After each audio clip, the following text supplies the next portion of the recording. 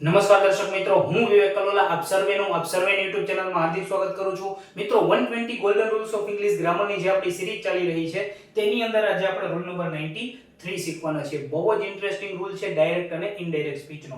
જોજો મિત્રો કે ડાયરેક્ટ સ્પીચમાં આપેલું જે વાક્ય છે, બરાબર છે, ડાયરેક્ટ સ્પીચમાં આપેલું જે વાક્ય છે એ પૂર્ણ ભૂતકાળનું હોય. શેનું હોય મિત્રો? પૂર્ણ ભૂતકાળનું હોય. બરાબર છે. પૂર્ણ ભૂતકાળ એટલે શું મિત્રો? તો કે હેડ પ્લસ V3 હોય. બરાબર છે. ડાયરેક્ટ સ્પીચમાં આપેલું વાક્ય જો પૂર્ણ ભૂતકાળનું હોય, બરાબર છે, તો ઇનડાયરેક્ટ સ્પીચમાં તે વાક્ય પૂર્ણ ભૂતકાળમાં જ રહેશે, એટલે કે હેડ પ્લસ V3 જ રહેશે. બરાબર છે.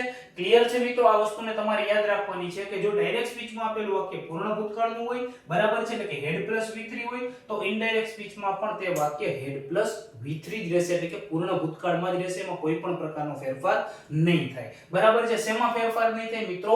સેન્સમાં, એટલે કે ટેન્સમાં ફેરફાર નહીં થાય. બરાબર છે. હવે આપણે આને એક્ઝામ્પલની મદદથી સમજીશું. બરાબર છે. માની લ્યો કે એક્ઝામ્પલ લીધું આપણે કે he said she had broken the glass.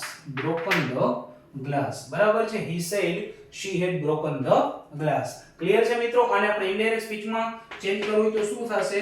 તો કે he told that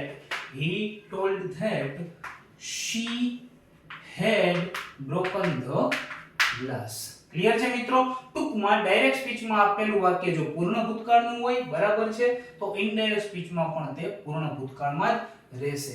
ક્લિયર છે મિત્રો? તો આ હતો આપણો રૂલ નંબર 93. આશા રાખું છું આ નિયમ હું તમને બહુ સારી રીતે સમજાવી શક્યો હોઈશ. જલ્દી જ મળીશું આપણે રૂલ નંબર 94 ની સાથે, એટલે કે રૂલ નંબર 94 ની સાથે. ત્યાં સુધી જય હિન્દ, જય Bharat, take care, good bye, thank you so much.